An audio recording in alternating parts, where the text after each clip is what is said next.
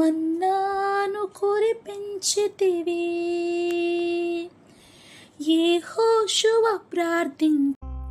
ఈరోజు నా కోసం ఆత్మీయ కార్యక్రమంలో దేవుని వాగ్దానం కోసం ఎదురు చూస్తున్న మీ అందరికీ నా హృదయపూర్వక వందనాలు. అందరూ బాగున్నారు కదా? ఉదయకాల సమయంలో కొద్ది నిమిషాలు దేవుని మాటలు వినవలసిందిగా మనవి చేస్తూ ఉన్నాను. ఈ దిన వాగ్దానం కోసం చిన్న ప్రార్థన చేద్దాం. గొప్ప దేవుడా, ఆశ్చర్యకరుడా, నీకు వందనాలు. మమ్మల్ని ప్రేమించి దేవా, నీవు మాకు ఇచ్చినటువంటి మంచి సమయమును బట్టి, నీ మాటలు వినటానికి ఇచ్చినటువంటి మంచి మనస్సును బట్టి నీకు వందనాలు ప్రభువా. ఈ మాటలు వింటున్న ప్రతి ఒక్కరితో నువ్వు మాట్లాడమని యేసు నామములో అడుగుచున్నాము తండ్రి, ఆమేన్. ఈరోజు దేవుని వాగ్దానము పేతురు రాసిన మొదటి పత్రిక 1వ అధ్యాయము 23వ వచనము.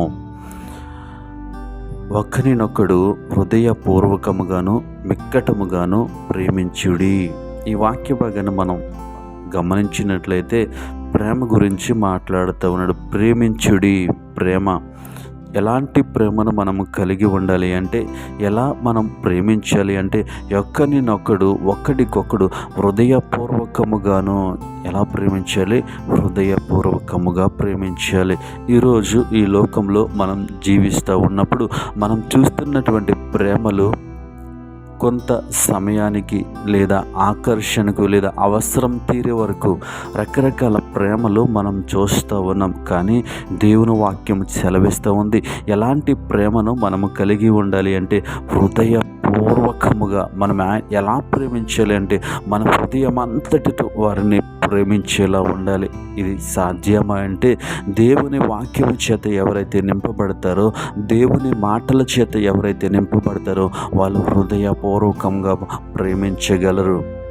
ఎందుకంటే వారిలో పరిశుద్ధ ఆత్ముడు ఉంటాడు కాబట్టి, ఆత్మ శరీర క్రియలను పట్టించుకోదు కాబట్టి వాళ్ళు హృదయపూర్వకముగా ప్రేమించగలరు. అంత మాత్రమే కాదు, మెక్కటముగా అంటే ఆసక్తి కలిగి ప్రేమించాలి. మన ప్రేమలో ఆసక్తి ఉండాలి, శ్రద్ధ ఉండాలి.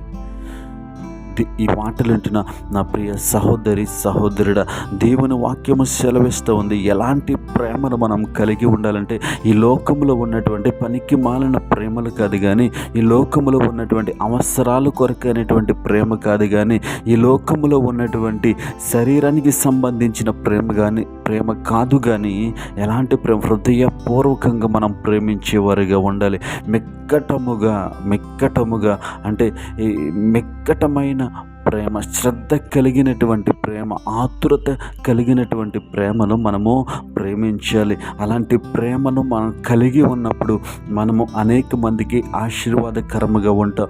మనము అనేక మందికి దేవుని పరిచయం చేసేవారిగా ఉంటాం. కానీ ఈ లోకంలో మనం గమనిస్తున్నట్టంటే ఒకరి మీదకి ఒకరికి కక్ష, ఒకరి మీదకి ఒకరి కోపము మనము చూస్తూ ఉన్నాం. దేవుని వాక్యము సెలవిస్తూ ఉంది, దేవుని ఎరిగినటువంటి మనము, దేవుని వాక్యము తెలిసినటువంటి మనము సహోదరుల మధ్య ఎలాంటి ప్రేమను కలిగి ఉండాలి, కుటుంబంలో ఎలాంటి ప్రేమను కలిగి ఉండాలి అంటే హృదయపూర్వకమైనటువంటి ప్రేమను మనము కలిగి ఉండాలి. మెక్కటమైన ప్రేమను మనం ఆసక్తి కలిగినటువంటి ప్రేమను మనము కలిగి ఉండాలి. ఎప్పుడైతే అలాంటి ప్రేమను మనము కలిగి ఉంటామో మనము సంతోషముగా జీవించగలము. అయితే ఎప్పుడు అలాంటి ప్రేమను మనం కలిగి ఉంటాము అంటే, మనము దేవుని వాక్యము చేత నింపబడినప్పుడు, మనము దేవుని మాటల చేత నింపబడినప్పుడు అలాంటి ప్రేమను మనము చూపించగలము. అంతేగాని ఈ లోకానుసారంగా అలాంటి ప్రేమను మనము కనుగొనలేము. దేవుని నామానికి మహిమ కలుగునుగాక. ఇది ఎవరికి సాధ్యము అంటే కేవలము దేవుని వాక్యము ఎరిగిన వారికి మాత్రమే సాధ్యము. ఇదెవరికి సాధ్యము అంటే ఆత్మచేత నడిపింపబడుతున్న వారికి మాత్రమే సాధ్యము. ఏంటి ఆ ప్రేమ? ఎలాంటిది ఆ ప్రేమ అంటే, ఒకరికొకడు హృదయపూర్వకముగాను మెక్కటముగాను ప్రేమించుడు. దేవునామానికి మహిమ కలుగునుగాక. ఈ మాటలు వింటున్న నా ప్రియ సహోదరి సహోదరుడా, ఇలాంటి ప్రేమను కోల్పోయేవేమో నీ కుటుంబంలో, ఇలాంటి ప్రేమను నీ బంధువుల మధ్య కోల్పోయేవేమో.